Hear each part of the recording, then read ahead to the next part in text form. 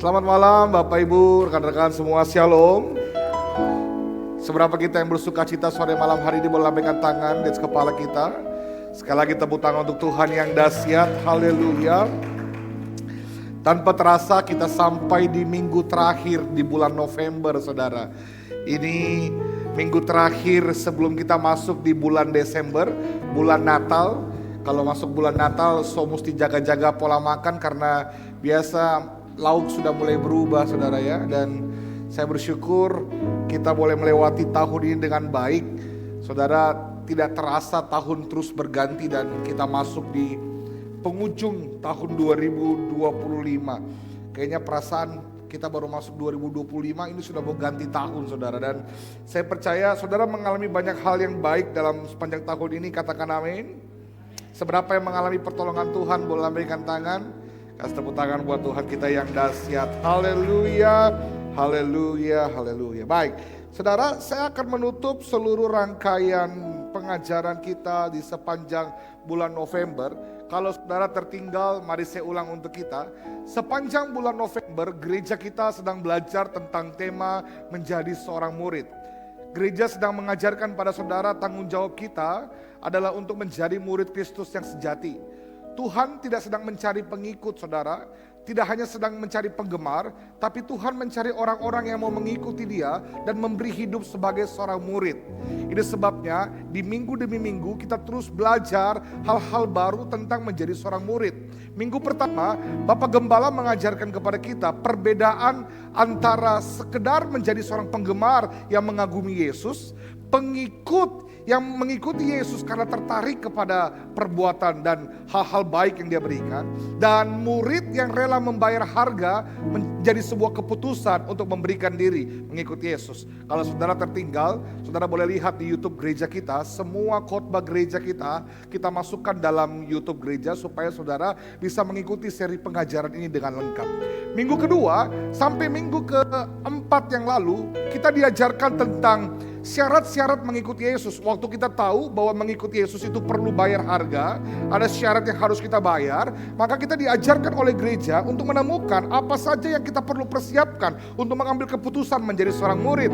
Minggu kedua saya mengajarkan tentang prinsip pikul salib dan sangkal diri. Suka atau tidak, kalau saudara mau mengikuti Yesus, setiap murid Yesus harus pikul salib dan harus penyangkal diri. Minggu ketiga kita belajar tentang bagaimana ketika kita memilih Kristus, Kristus harus satu-satunya tujuan dan prioritas dalam kehidupan kita. Itu artinya mengasihi Kristus lebih dari segalanya. Itu harga yang harus kita bayar untuk mengikuti Yesus. Alkitab berkata barang siapa yang tidak meninggalkan barang kepunyaannya untuk mengikuti Yesus, dia tidak layak untuk mengikuti Yesus. Itu sebabnya ketika kita mengambil komitmen untuk mengikuti Yesus, semua hati kita, pikiran kita, perasaan kita terarah hanya kepada Kristus. Minggu lalu kita belajar tentang menghidupi dan melakukan firman. Alkitab berkata, kalau kamu mengasihi aku, kau menuruti segala perintahku. Alkitab juga berkata bahwa orang-orang yang mau mengikuti Yesus harus hidup sama seperti Yesus. Jadi bukan bicara tentang tahu banyak, tapi melakukan banyak. Dalam hidup kita sering dengar firman, sering tahu firman, tapi berapa banyak kita yang sering melakukan firman. Itu sebabnya menjadi pelaku-pelaku firman adalah harga mutlak bagi seorang murid-murid Kristus. Nah, minggu ini, minggu terakhir, minggu kelima, saya akan bicara tentang salah satu hal yang penting yang saudara perlu pelajari untuk menjadi murid Kristus yang sejati. Kalau saudara mau menjadi seorang murid, saudara perlu mendengar firman ini supaya saudara punya sikap yang benar ketika menjadi seorang murid. Saya akan bicara tentang hati seorang murid. Seperti apa sikap hati yang saudara perlukan ketika saudara memutuskan untuk menjadi murid Kristus. Saya beri judul, kalau saudara senang dengan judulnya adalah Teachable Heart, atau hati yang mudah diajar. Next slide. Kenapa kita perlu punya hati yang mudah diajar? Kita akan belajar bersama-sama sebentar. Tapi yang saya percaya adalah begini, setiap kita perlu sikap hati yang benar untuk menjadi murid-murid Kristus. Matius 28 ayat 18 sampai 20 mencatat begini. Matius 28 ayat 18 dan 20. Yesus mendekati mereka dan berkata kepadaku telah diberikan segala kuasa di surga dan di bumi. Ini amanat agung saudara ya. Perhatikan baik. Ini adalah perintah yang Allah berikan, yang Yesus berikan kepada murid-muridnya. Karena itu pergilah, jadikanlah semua bangsa muridku. Saudara harus sering mendengarkan ayat-ayat ini supaya saudara paham bahwa kerajaan surga sedang mencari murid, bukan sekedar mencari jumlah jemaat. Bahwa Tuhan itu mencari murid, bukan cuma mencari orang-orang untuk memenuhi bangku gereja. Dan baptislah mereka dalam nama Bapa, Anak, dan Roh Kudus. Dan perhatikan baik, ketika saudara disebut sebagai murid, ini tanggung jawab kita. Kita diminta untuk diajar melakukan segala sesuatu yang telah diperintahkan Yesus kepada murid-muridnya. Dan ketahuilah aku menyertai kamu senantiasa sampai kepada akhir zaman. Dari ayat yang kita baca, maka kita dapat menemukan kesimpulan bahwa next slide. Setiap orang percaya pada kenyataannya di mata Tuhan adalah orang-orang yang satu dimuridkan dan yang kedua memuridkan. Kalau saudara memilih untuk percaya kepada Tuhan, saudara diminta untuk menjadi seorang murid yang mau dimuridkan sama seperti murid-murid Yesus, tetapi juga mau diutus untuk pergi dan memuridkan orang lain, menjadikan orang lain murid. Tentu setiap kita punya target di masing-masing kita. Saudara bisa memuridkan di rumah saudara, memuridkan istri, memuridkan anak-anak. Tetapi orang-orang yang saudara temui setiap hari juga adalah orang-orang yang Tuhan percayakan untuk sebenarnya kita dapat muridkan. Di tempat kerja kita, rekan-rekan kerja kita, bawahan kita, karyawan kita, teman kuliah, teman kampus, semua orang yang kita temui setiap hari, Tuhan minta kita untuk bawa mereka menjadi murid Kristus. Nah, kalau kita banyak bicara tentang pemuridan, maka ada dua kata kunci yang penting. Next slide. Tanggung jawab utama seorang murid adalah belajar. Ingat dua kata yang kita ulang dari tadi, kata murid dan ajarlah. Maka Pak, Bu, ketika kita mengikut Tuhan, teman-teman muda, akan ada banyak pembelajaran hidup yang kita terima. Saudara akan diajar, suka atau tidak, Tuhan akan mengajari kita. Tuhan akan mengajar kita. Mengajar itu adalah sesuatu yang kita tidak tahu menjadi tahu. Sesuatu yang tidak bisa menjadi bisa. Sesuatu yang buruk diperbarui menjadi baik. Nah, waktu kita mengikut Tuhan, kita akan diajari hari demi hari. Semakin lama kita mengikut Tuhan, harusnya kita semakin belajar. Makanya supaya kita bisa belajar banyak, ini penting, next slide. Saudara perlu punya teachable heart atau hati yang mudah diajar. Kalau saudara sulit untuk diajar, saudara menolak untuk diajar, maka selama apapun saudara mengikut Tuhan, saudara tidak akan pernah belajar apa-apa. Saudara tidak akan menerima apa-apa. Padahal justru inti dari penggiringan kita kepada Tuhan menjadi seorang murid adalah belajar hari demi hari. Saya kan baru punya satu anak namanya Elijah, umur 2,5 tahun. Setiap hari hidupnya adalah belajar. Saudara akan sering dengar dia bilang begini, apa tuh? Apa tuh? Apa tuh? Karena dia tidak tahu, dia jadi tahu. Dia sedang belajar. Nah, saya ini orang tua muda, istri saya juga orang tua muda. Kami punya tanggung jawab mengajar anak kami. Tidak jarang kami ajarkan sesuatu kepada dia. Nah, karena dia udah mulai jago ngomong, sekarang udah pinter ngeyel Pak, Bu. Kalau dikasih tahu A, dia bilang B. Dikasih tahu Elijah jangan makan di kasur, dia udah bisa bilang begini, enggak, harus makan di kasur. Dikasih tahu Elijah jangan ke situ, dia bilang mau ke situ. Dulu enak banget kalau diajarin gampang, dia mangguk-mangguk iya. Tapi sekarang aduh udah mulai sulit. Kemarin kami saya sama istri keluar rumah bawa Elijah. Sekarang Elijah itu punya mainan kesukaan di rumah, saudara tahu apa? Kulkas. Jadi di kamar kami ada kulkas satu pintu. Kerjanya ngapain saudara? Dia hampir tiap hari. Istri saya sampai bilang begini, perhatikan setiap 5 menit dia akan buka kulkas. Buka kulkas terus kayak lihat di dalam ada apa, tidak ada apa-apa, tutup lagi. Hampir setiap hari. Kita udah bilang, Elijah jangan main kulkas. Elijah jangan main kulkas. Tapi kerjanya cuma buka tutup kulkas. Nah kemarin waktu kami keluar, saudara tahu, kami pulang tengah malam, selesai dari aktivitas di luar, sampai di kamar, karena kulkasnya kami taruh di kamar, kulkas kecil. Itu lantai kamar basah, saudara tahu. Ternyata Elijah main kulkas, dia kasih mati freezernya. Akibatnya semua esnya mencair. Sekalipun kita hamba Tuhan, sama-sama melayani Tuhan, kadang juga habis kesabaran. Kesel saudara. Tapi kalau saya melihat anak saya, ada satu rema yang Tuhan kasih dalam hati saya. Kalau kami manusia yang begitu terbatas, mengasihi anak kami dengan luar biasa, berusaha mengajari dia dengan penuh kesabaran.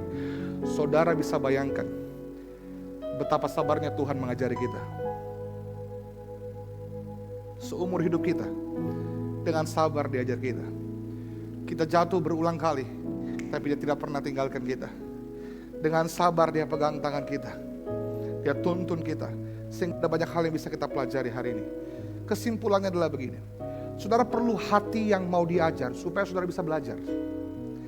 Kalau saudara gak punya hati yang mau diajar, saudara mengikut Tuhan tidak akan belajar apa-apa. Buktinya apa? Ada orang yang mengikut Tuhan bertahun-tahun. Dari pertama kali dia kenal Tuhan sampai hari ini, tidak sedikit pun ada perubahan hidup terjadi dalam kehidupannya. Karena gak belajar sesuatu. Nah, kita akan lihat, saya akan bawa kepada kita penjelasan tentang kenapa kita harus punya hati yang mau diajar atau hati yang mudah diajar. Setidaknya ada 3 hal. Yang pertama, perhatikan baik. Saudara perlu hati yang mudah diajar atau teachable heart supaya saudara punya pondasi. Karena hati yang mudah diajar adalah pondasi dalam pertumbuhan rohani dan pendewasaan karakter. Mari buka Alkitab Matius 5 ayat 48. Firman Tuhan bilang begini, karena itu haruslah kamu sempurna, sama seperti Bapamu di surga adalah sempurna. Apa maksudnya sempurna? Tentu bukan berarti tanpa kesalahan. Namanya manusia, kita bukan nabi boy. Ada saudara pernah dengar itu? Gudang kesalahan gitu ya, itu di TikTok viral ya. Kita pasti berbuat salah, tapi apa maksudnya sempurna yang Alkitab katakan? Kata sempurna dalam terjemahan aslinya menggunakan kata teleios, yang artinya begini, 1, dewasa. Yang kedua, komplit dalam karakter Kristus. Waktu Tuhan minta kita sempurna, Tuhan mau begini, yang dewasa bukan cuma sekedar umur kita saja, tapi kesempurnaan kita dalam karakter Kristus. Semakin kita mengenal Tuhan, harusnya ada karakter-karakter yang dibentuk semakin lama semakin seperti Kristus. Cara berpikir kita, cara berkata-kata, cara kita bersikap, cara kita berperilaku, seluruh hidup kita arahnya harus seperti Kristus. Maka ini kebenaran buat kita untuk saudara mengerti. Next slide. Ini penting untuk kita pahami. Ada begitu banyak orang mengikut Tuhan, tujuannya masuk surga. Tidak salah. Karena surga yang kita maksud adalah di mana tempat Tuhan berada. Alkitab berkata begini, Yesus bilang, aku menyiapkan tempat supaya di mana aku berada, di situ kamu berada. Itu artinya surga bagi kita adalah tempat di mana kita bersama-sama dengan Tuhan. Tapi saudara, hidup di dunia ini bukan cuma hanya untuk sampai pada ketemu Yesus saja. Saya pelajari ini penting. Kita mengikut Tuhan bukan hanya sekedar untuk masuk surga. Tapi yang penting, kita mengikut Tuhan juga supaya begitu nilai-nilai surga itu masuk dalam hidup kita. Karakter Kristus, karakter surga itu juga ternyata terpampang dalam hidup kita. Karakter surga, cara berpikir surga, nilai-nilai surga itu terpampang nyata dalam kehidupan kita. Harusnya semakin kita mengenal, semakin kita paham, semakin kita belajar, semakin kita mahir untuk menghidupi nilai-nilai surga. Nah, saudara perlu mengerti ini supaya saudara tahu bahwa Tuhan ingin kita untuk mengalami pertumbuhan, belajar dalam kehidupan kita. Next slide. Kata sempurna yang terjemahan lainnya dalam bahasa Inggris bilang begini, will be perfect. Perhatikan perfect dalam situ, yaitu growing into spiritual maturity, yaitu bertumbuh dalam kedewasaan roh, kedewasaan spiritual. Nah, ciri orang yang dewasa rohani dijelaskan di sini. Ada 2 indikator. 1, di dalam pikiran, mind. Yang kedua, dalam karakter. Pertanyaannya, waktu saudara memutuskan menjadi seorang murid, harusnya pikiran kita hari demi hari diperbaharui seperti Kristus. Karakter kita, sikap kita diperbaharui semakin hari semakin seperti Kristus. Maafkan saya, ada banyak orang percaya bilang begini, Pak, Alkitab catat manusia melihat rupa, tapi Tuhan melihat hati. Saya bilang sama orang seperti itu, iya Bu, memang Tuhan lihat hati. Tapi ibu jangan lupa, ibu punya suami juga manusia. Dia melihat apa yang depan mata dia. Memang Tuhan melihat hati, tapi mertua kita manusia yang melihat apa yang depan mata dia.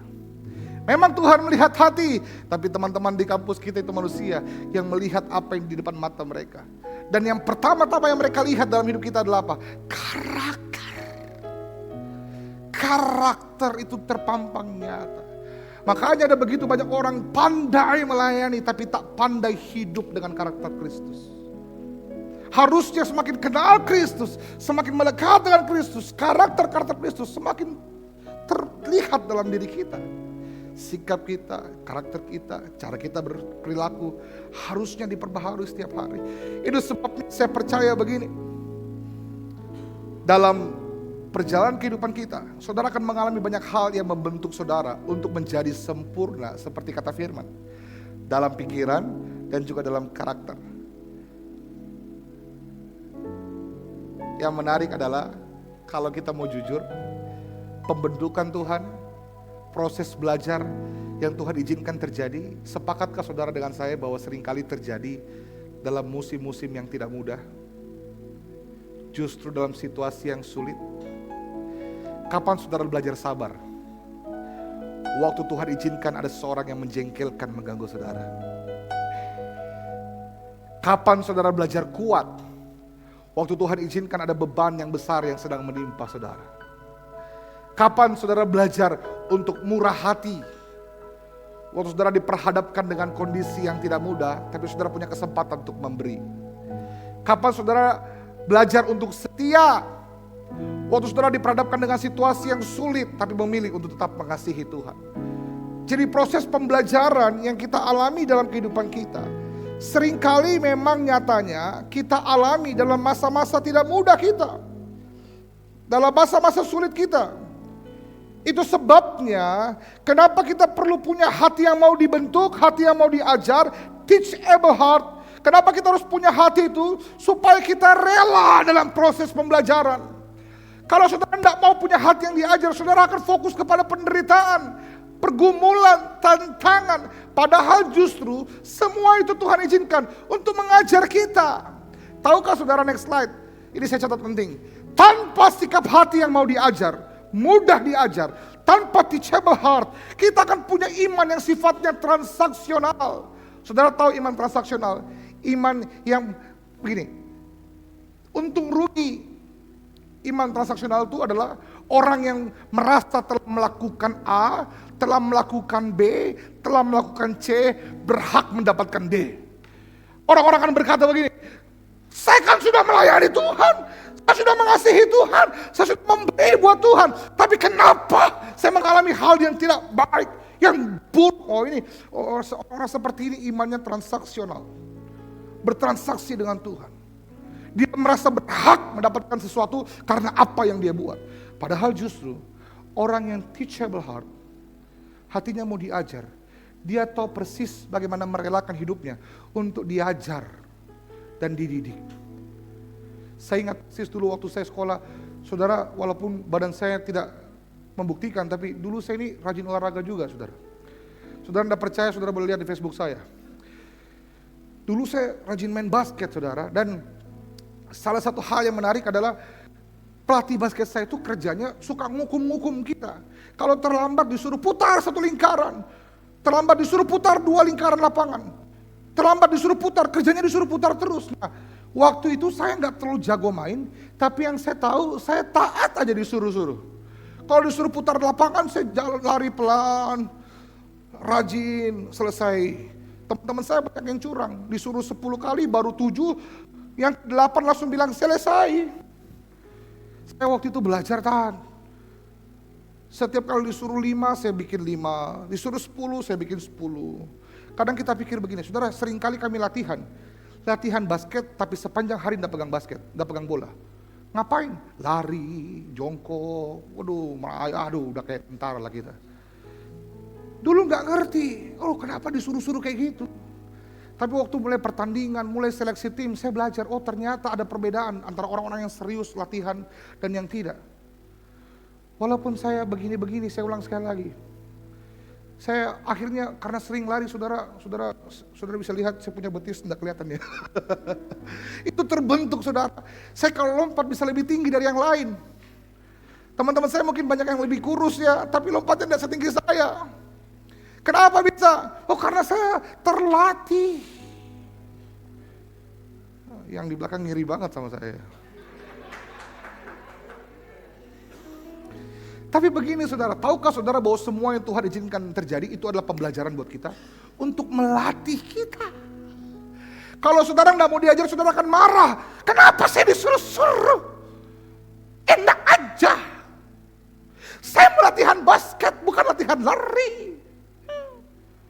Hanya seringkali kita suka komplain sama Tuhan karena kita merasa lebih pintar dari pelatihnya. Harusnya begini, harusnya begitu. Saudara, kalau saudara mau diajar, percayakan sama yang ngajar. Dia yang ngajar, dia tahu apa yang harus diajar.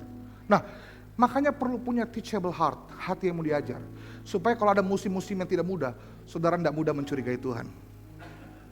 Saudara tahu persis bahwa pasti ada sesuatu yang baik yang Tuhan mau ajarkan buat kita. Yang percaya boleh kasih tepuk tangan buat Tuhan kita. Alkitab mengajari kita konsep yang luar biasa, next slide. Tentang pohon anggur. Ada satu hamba Tuhan pernah melayani di sini. Waktu dia khotbahkan, saya baru mudeng. Ternyata pohon anggur itu unik. Kalau dua pohon ditanam, yang satu dibiarkan saja, memang pohonnya akan lebih cepat tumbuh. Pohon anggur itu cepat merambat kemana-mana. Tapi kalau pohon anggur yang benar, waktu dia tumbuh sedikit, itu harus dipangkas. Tumbuh lagi dipangkas, tumbuh lagi dipangkas, tumbuh lagi dipangkas. Oh, ini menarik. Kenapa pohon anggur yang tumbuh itu sering dibersihkan, sering dipotong daunnya? Ternyata Alkitab ngajarin kita begini, next slide. Setiap cabang padaku, Yohanes 15 ayat 2, yang tidak berbuah dipotongnya, dan di setiap cabang yang berbuah, perhatikan, dikurangi daunnya dan dibersihkannya supaya lebih banyak lagi buahnya. Jadi ternyata pohon anggur yang sering dipangkas itu akan berbuah lebih banyak. Yang pertama yang tidak berbuah itu dicabut saudara, dibuang dari sampai akar-akarnya karena nggak menghasilkan buah. Orang sering bertanya begini, kenapa saya semakin mengasihi Tuhan semakin banyak masalah? Semakin mengasihi Tuhan semakin banyak tantangan. Semakin mengasihi Tuhan semakin setia mengikut Tuhan, semakin banyak cobaan. Sama kayak pohon ini, semakin berbuah semakin dipangkas, semakin berbuah semakin dipangkas. Kenapa? Alkitab jelas katakan begini, supaya lebih banyak lagi buahnya. Ada begitu banyak orang mau berbuah tapi gak mau dipangkas. Kalau hari ini kita punya teachable heart, hati yang mau diajar, berilah dirimu untuk dipangkas oleh Tuhan. Supaya Tuhan izinkan ada buah-buah yang boleh kita hasilkan dari kehidupan kita. Yang percaya boleh tepuk tangan buat Tuhan kita. Saya lagi merenungkan akhir-akhir ini kisah tentang Musa, next slide. Saya lagi share ke anak-anak muda. Saya senang sekali dengan kisah ini karena saya belajar sesuatu. Saudara ingat Musa, bagaimana Tuhan pilih Musa untuk memimpin bangsa Israel? Prosesnya tidak mudah. Tapi ternyata di balik kisah pemilihan Musa, ada sejarah yang luar biasa yang mengajari kita satu hal. Bahwa Musa itu mengalami banyak fase dan musim dalam hidupnya. Mari saya tunjukkan kepada saudara, next slide. Ternyata sebelum Tuhan pakai Musa 40 tahun di padang gurun, pada awalnya Musa itu adalah putra Mesir. Dia itu pangeran Mesir. Kalau Mesir punya kerajaan, dia tinggal di sana. Hidupnya pasti nyaman, hidupnya pasti enak. Sudah enak sekali kehidupannya Musa. Tapi perhatikan, Tuhan panggil Musa bukan dari Mesir. Bisa saja Tuhan izinkan Musa diambil dari Mesir langsung ke padang gurun. Tapi Tuhan izinkan ada satu musim yang Musa harus lewati. Namanya adalah Midian. Waktu Musa berbuat kesalahan di Mesir, dia membunuh orang, dia harus kabur dan lari, dan Tuhan izinkan dia sampai ke Midian. Saudara tahu, di Mesir dia pangeran Mesir. Di Midian dia kerjanya jaga ternak. Tadi pagi saya bilang, di Mesir dia pesan stik lembu. Di Midian dia jaga lembu. Berbalik 180 derajat. Dulu dia pangeran. Di Median, dia yang kerja, jaga kandang, jaga binatang. Saudara tahulah baunya bagaimana ya. Pasti bau banget. Tapi Pak, Bu, ini yang saya pelajari. Tuhan tidak pernah iseng dalam kehidupan kita. Tuhan tidak pernah coba-coba bahkan kurang kerjaan mengizinkan sesuatu tanpa tujuan. Bayangkan, sebelum Tuhan pakai Musa 40 tahun di padang gurun, Tuhan izinkan Musa belajar 40 tahun di Median. Tuhan pakai Musa menjadi gembala domba 40 tahun di Median untuk dipersiapkan menjadi gembala yang besar 40 tahun di padang gurun. Semua nilai-nilai penggembalaan dipelajari Musa bukan di padang gurun, tapi di Median. Jadi Median adalah fase belajar Musa untuk dipersiapkan kepercayaan yang jauh lebih besar. Pak, Bu, ini penting. Ada begitu banyak orang merindukan padang gurun, tapi tidak menghargai Median. Saya ulang sekali lagi. Ada begitu banyak kita yang merindukan kepercayaan, merindukan promosi, merindukan jabatan, merindukan berkat dan tanggung jawab. Kita merindukan padang gurun, tapi kita tidak pernah serius dan menghargai median-median yang Tuhan izinkan terjadi dalam hidup kita. Padahal justru di median ada banyak nilai dan pembelajaran yang Tuhan ingin ajarkan pada kita. Saya mau kasih tahu kita, kalau hari ini saudara mengalami musim-musim yang tidak mudah, musim-musim yang sulit, terasa begitu berat, jangan-jangan justru itu adalah median yang Tuhan sengaja izinkan supaya kita bisa belajar sesuatu dan siap dipercaya untuk 40 tahun selanjutnya, katakan amin. Kalau orang tidak punya teachable heart, mereka hanya akan fokus betapa buruknya kondisi median. Sama seperti kita. Kita seringkali fokus dengan betapa besarnya masalah kita, betapa beratnya beban kita, betapa sulitnya pergumulan kita, tapi kita tidak berfokus kepada apa? Hal-hal yang dapat kita pelajari dalamnya. Jadi hari ini saya berdoa, sama seperti Musa, saudara perlu punya teachable heart, kerelaan untuk mau diajar, supaya saudara bisa belajar di setiap musim yang Tuhan sedang izinkan terjadi. Saya mau katakan begini, seburuk apapun kondisi kita, tidak pernah lepas dari tangan Tuhan. Saya suka ngomong sama istri saya ulang-ulang kalimat ini. Kalau saudara sering dengar khotbah saya, saudara pasti sering dengar. Kita harus belajar punya hati yang besar. Hati yang besar itu apa? Rela Tuhan mau bawa kemana saja. Untuk sesuatu yang kita gak ngerti, ini namanya Dia yang bawa, percayakan hidup kita kepada Dia. Kadang ada hal yang sulit sekali. Saya bilang sama JJ, ayo hatinya mesti besar. Karena kalau hati kita besar, tidak ada hal yang terlalu buruk yang akan menakutkan kita. Hatinya besar untuk rela, ya Tuhan, terserah, Tuhan mau bawa kemana saja, saya tahu itu baik buat saya. Itu ya. Teman-teman muda, perhatikan saya. Tidak ada hal yang akan terlalu buruk yang akan terjadi padamu. Karena Tuhan yang pegang hidupmu. Kalaupun ada pembelajaran, situasi yang sulit yang menimpa engkau, ada hukuman mungkin atau cambuk yang Tuhan izinkan terjadi, itu baik buat kita untuk melatih dan mengajari kita. Amin. Kadang saya dengan istri saya juga bilang, kami pun melakukan kesalahan. Setelah kami melakukan kesalahan, ada konsekuensi yang harus kami terima. Justru begini, cara Tuhan sayang sama kita, tidak menghilangkan konsekuensi. Cara Tuhan sayang sama kita adalah begini, tetap menemani kita dalam konsekuensi yang harus kita lewati. Dan kita menemukan Tuhan di sana, bersama dengan pembelajaran-pembelajaran yang ada. Jadi yang pertama, kenapa kita perlu punya teachable heart? Supaya kita bisa mengalami pertumbuhan rohani dan pendewasaan karakter. Yang kedua, kenapa kita harus punya teachable heart? Karena saya pelajari begini, hanya orang yang punya hati yang mau diajar, yang akan bisa berjalan lebih jauh. Dalam pernikahan, dalam pekerjaan, dalam usaha, dalam kuliah, pendidikan, apapun yang sedang kita alami. Hanya kalau kita mau punya hati yang diajar atau mau belajar, kita bisa terus menemukan hal-hal baru di dalamnya. Selama saudara mau punya hati yang diajar, saudara akan terus belajar dalam pernikahan.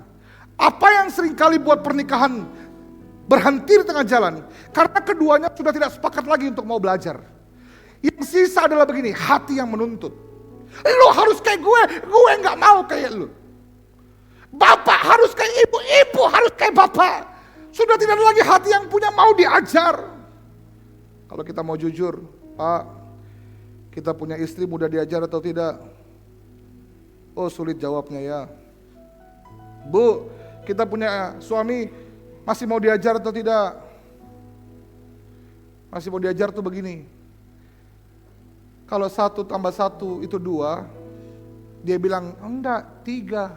Kita bilang bukan 3 dong, 2. Dia bilang oh ya. Tapi orang enggak mau diajar tuh begini. 1 tambah 1 itu 2. Dia bilang enggak 3. Bukan 3, 2. Terus dia bilang begini, kalau saya mau 3 kamu apa? Ini orang enggak mau diajar. Nah yang begini enggak akan bisa belajar apa-apa dan enggak akan kemana-mana. Di usahamu, di pekerjaanmu, selama kamu mau belajar sesuatu yang baru, kamu akan berjalan lebih jauh. Tidak akan puas, betul? Ada hal yang bisa dipelajari setiap hari, di usaha, di pekerjaan.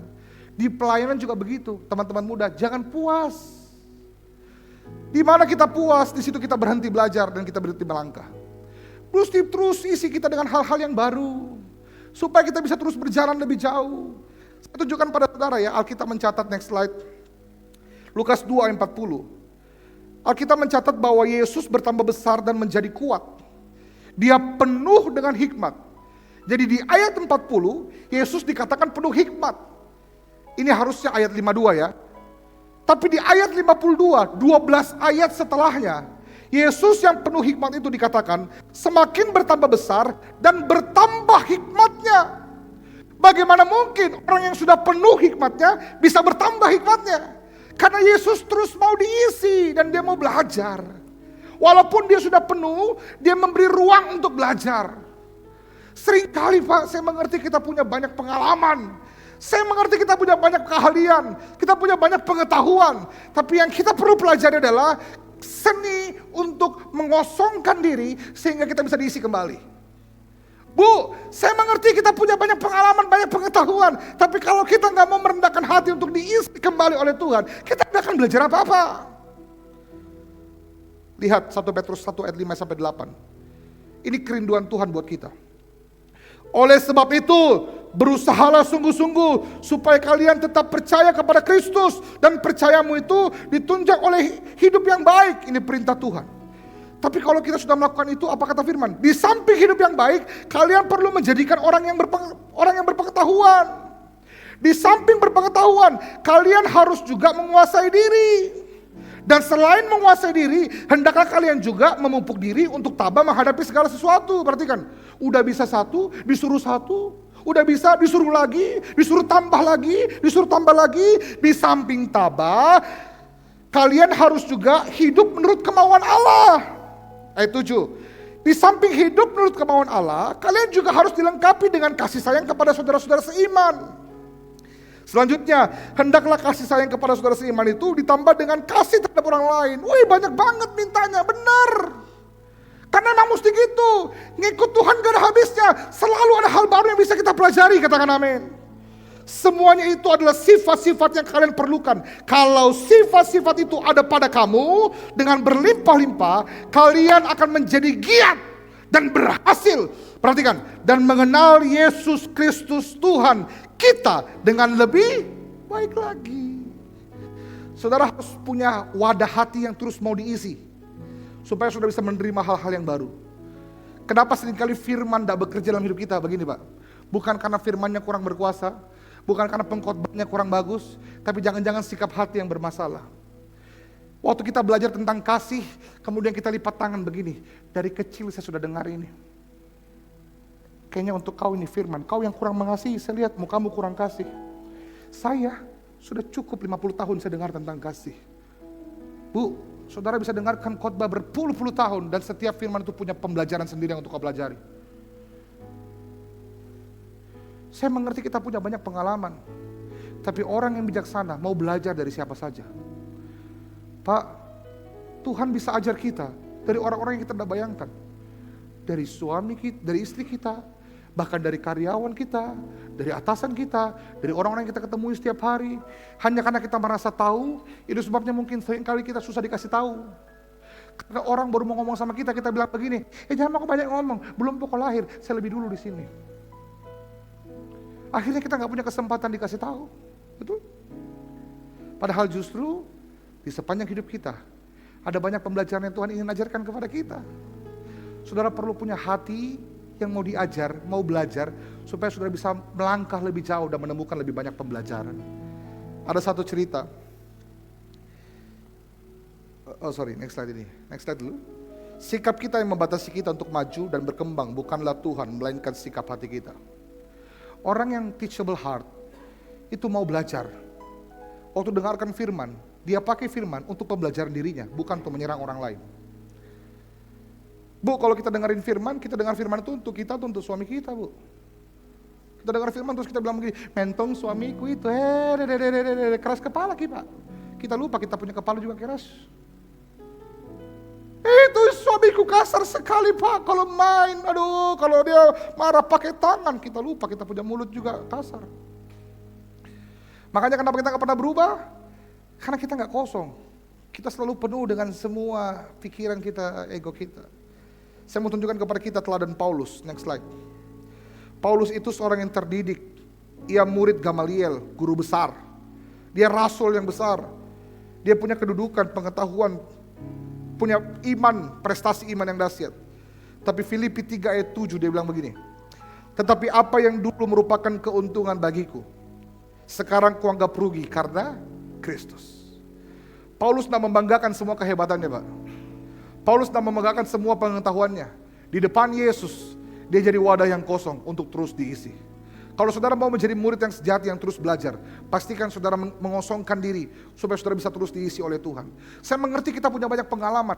Kalau kita menghadap Tuhan, kita bilang begini, Tuhan, saya sudah 25 tahun bisnis. Harusnya kalau saya buat A, B, C, hasilnya D. Kok begini? Tuhan gak ngerti bisnis ya? Kita pikir Tuhan lebih pintar dari kita. Kita punya banyak pengalaman, kita punya banyak pengetahuan, tapi di depan Tuhan semua tidak ada artinya. Kalau saudara hitung-hitungan, saudara pasti bilang begini, saya sudah mengasihi Tuhan, saya sudah melayani Tuhan, 50 tahun saya hidup, 50 tahun saya kasih buat Tuhan, tapi kenapa saya mengalami ini? Perhatikan Bu, perhatikan Pak, ada sesuatu yang Tuhan ingin ajarkan kepada kita. Paulus dengan semua pengalaman dan semua kehebatannya, bahkan tidak merasa layak.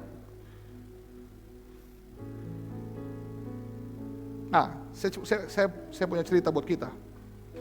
Ada seorang muda datang kepada gurunya. Dia tanya sama gurunya, dia bilang begini, Pak, saya sudah bertahun-tahun belajar. Saya sudah melayani Tuhan, next slide. Saya sudah mengasihi Tuhan. Saya sudah buat A, buat B, buat C. Anak ini terus ngomong tentang kehebatannya. Dia ngomong semua tentang pencapaian prestasinya. Sambil mendengarkan anak muda itu ngomong, gurunya kemudian ambil gelas, dia tumpah teh begini. Dia tumpah teh, terus itu anak muda bilang begini, saya sudah buat A, B, C, D, A, B, C, D. Tapi kenapa hidup saya begini-begini aja? Tidak ada terobosan, tidak ada hal yang baik, tidak ada hal yang baru. Semakin dia lama dia ngomong, semakin tehnya penuh, saudara. Dosennya biarin aja. Lama-lama penuh, lama-lama meluber, lama-lama tumpah. Anak muda bilang begini, Pak, sudah, jangan dituang terus. Gelasnya sudah penuh, sudah tidak bisa diisi lagi. Kemudian gurunya bilang begitu. Nah, sama juga dengan kamu. Kalau hidupmu sudah penuh cuma tentang dirimu saja, egomu saja, pengalamanmu saja, kebanggaanmu saja, bagaimana Tuhan mau isi dengan suatu hal yang baru? Kamu udah pasang tutup atas dirimu. Orang kalau ngomong sama kita udah gak mau didengerin lagi. Orang kalau tegur kita udah lihat, siapa lo? Kau gak tahu siapa saya.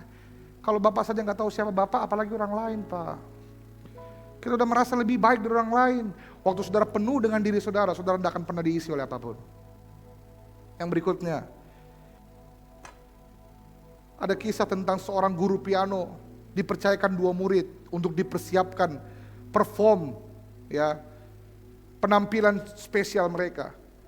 2 muridnya datang, kasusnya berbeda. Murid yang pertama tidak tahu apa-apa, benar-benar nggak tahu apa-apa, cuman tahu pegang baru diajarin. Tapi murid yang kedua itu udah jago main, dia udah lama banget main. Nah, 2 murid ini datang, sikapnya beda. Kalau yang satu dikasih tahu begini ya, dia bilang iya, karena dia baru belajar. Tapi orang kedua, Pak, setiap kali kasih tahu dia bilang begini, enggak begitu caranya. Enggak begitu. Harusnya begini. Dia merasa lebih pinter. Dia merasa lebih tahu. Nah, saya kan punya kafe dulu ya. Ya, kedai kopi. Kalau kami cari karyawan, kami ngalamin tuh. Lebih enak cari karyawan yang enggak ngerti apa-apa daripada yang punya pengalaman. Apalagi yang tanggung-tanggung. Waduh, bikin pusing. Taunya dikit, ngomongnya banyak. Kalau yang kosong dikasih tahu bilang begini cara bikin kopi ya. Dia bilang, oh ya, oke. Walaupun sebentar salah dia bikin. Enggak apa-apa, yang penting mau diajar. Tapi kalau karyawan yang sok tahu, Pak, dikasih tahu dia iya, lain dia bikin, baru dia bilang begini, yang begini yang benar, bos. Benar, dua pemain keyboard ini sama-sama diajar, aduh yang satunya gampang, yang sudah sulit banget. Waktu mereka perform, saudara, yang satu yang baru belajar itu, dia main lagu dengan bagus banget, semua orang tepuk tangan. Yang kedua, percaya diri, duduk di depan kursinya, dia main, bagus. Tapi saudara tahu, dia jago main lagu yang mungkin sudah 20 tahun yang lalu, tidak ada yang tahu lagunya itu. Dia jago, tapi dulu waktu zamannya dia. Sedangkan yang baru ini masih muda, dia belajar lagu yang baru. Si yang tua ini, dia jago tapi udah 20 tahun yang lalu. Pak, kita mungkin dulu singa, tapi kita perlu belajar sama macan muda. Supaya kita bisa dapat ilmu yang baru. Saudara mungkin pikir saudara gagah. Kapan? Jangan sampai 15 tahun yang lalu. Ada banyak saudara yang saudara tertinggal. Dan saudara perlu belajar. Makanya saya mau katakan begini, orang yang teachable heart, punya hati yang mau diajar, akan terus berjalan panjang. Karena di setiap perjalanannya, dia akan menemukan hal-hal yang baru untuk dia pelajari. Boleh kasih tepuk tangan buat Tuhan kita. Semakin haus, semakin penuh. Datanglah kepada Tuhan dengan wadah yang kosong, supaya saudara bisa terus diisi. Yang terakhir, saya akan tutup di sini. Mengapa kita perlu hati yang teachable atau mudah diajar? Satu, karena hati yang mudah diajar adalah pondasi pertumbuhan rohani dan pendewasaan karakter. Dua, hati yang mudah diajar akan membawa setiap orang berjalan lebih jauh. Dan yang ketiga, hati yang mudah diajar, ini penting. Saya percaya orang yang mudah diajar akan menarik perkenanan Tuhan dan manusia. Sama seperti saya punya karyawan tadi. Karyawan saya yang mudah diajar, itu saya lebih sayang daripada yang bebal. Karena dia mau dikasih tahu. Kalau saudara punya orang, punya sahabat, saudara lebih pilih mana? Sahabat yang dikasih tahu, atau sahabat yang sudah berpuluh-puluh tahun putus nyambung, tapi susahnya dikasih tahu, ini orang kasih putus mi, itu kasih putus mi. Alkitab bilang apa? 1 Petrus 5 ayat 5b. Sebab Allah menentang orang congkak tapi mengasihi orang yang rendah hati. Dalam terjemahan lainnya, for God set himself against the proud, but gives, perhatikan, apa yang Tuhan berikan bagi orang yang mau diajar. Satu, grace, anugerah. Dua, favor, perkenanan. Tiga, blessing, berkat. Saudara kalau rendah hati, saudara mau diajar, saudara pasti akan menerima anugerah, menerima perkenanan, dan menerima berkat. Yang percaya boleh kasih tepuk tangan buat Tuhan kita. Saya undang Well Singer maju ke depan. Dalam pembelajaran kita, next slide, seperti halnya anak yang belajar jalan, tidak langsung pandai. Pasti jatuh bangun, jatuh bangun, jatuh bangun, jatuh bangun. Dalam kehidupan kita, pasti kita melakukan kesalahan. Ada kebodohan-kebodohan yang kita buat. Tapi saudara perlu teachable heart. Hati yang mau diajar, supaya saudara bisa belajar. Saya kasih cerita, ilustrasi, dua raja yang hebat. Satu Saul, satu Daud. Raja ini sama-sama hebat, tapi dua-duanya melakukan kesalahan. Yang satu tidak taat, yang satu berzina. Kita gak bisa bandingkan, dosanya besar mana. Sama-sama menyakiti hati Tuhan. Tapi ada yang beda.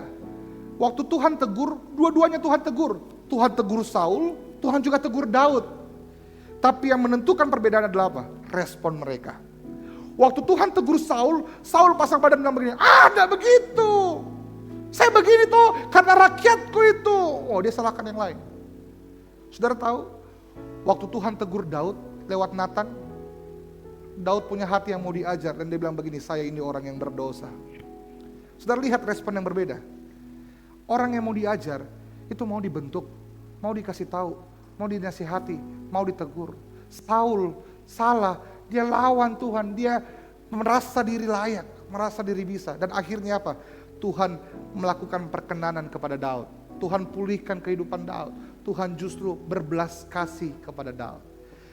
Setiap kita pasti pernah buat kesalahan. Tapi kalau kita mau diajar, kita pasti menerima belas kasihan. Yang percaya, kasih tepuk tangan buat Tuhan kita. Saya undang kita bangkit berdiri. Next slide, perhatikan baik. Tokoh-tokoh dalam Alkitab itu bukan orang-orang yang sempurna. Paulus itu seorang pembunuh.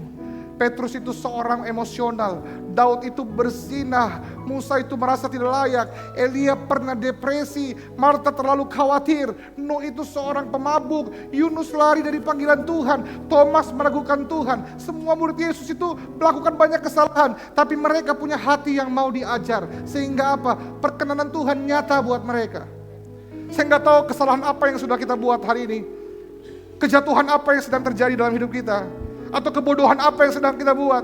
Tapi kalau kita mau punya hati yang mau dibentuk, hati yang mau diajar, hati yang mau dididik sama Tuhan, perhatikan baik, perkenanan Tuhan pasti akan terjadi pada kita. Saya pernah melayani seorang pria, saudara, dia melakukan kesalahan, hampir ditinggalkan istrinya, dan dia bilang begini, Pak, apa saja yang saya bisa buat, tolong Pak, saya tidak mau kehilangan istri dan anak-anak saya. Saya bilang begini, berilah dirimu diajar dan dididik Tuhan. Datang sama Tuhan minta ampun. Datang sama istrimu minta ampun. Apapun yang istrimu katakan, terima dengan hati yang besar. Kasihi dia dengan sungguh. Saudara, dia lakukan. Dia punya hati. Oh, dia ketemu orang tua istrinya dimaki-maki, diinjak-injak, saudara. Tapi dia punya hati yang besar. Dia mau diajar, dia mau dididik Tuhan. Walaupun konsekuensinya besar, dia malu. Tapi dia punya hati yang mau diajar. Dan akhirnya Tuhan pulihkan rumah tangga mereka. Saya percaya, kalau kita mau diajar dan dididik Tuhan, selalu ada belas kasihan Tuhan buat kita. Katakan amin. Kasih tepuk tangan buat Tuhan kita.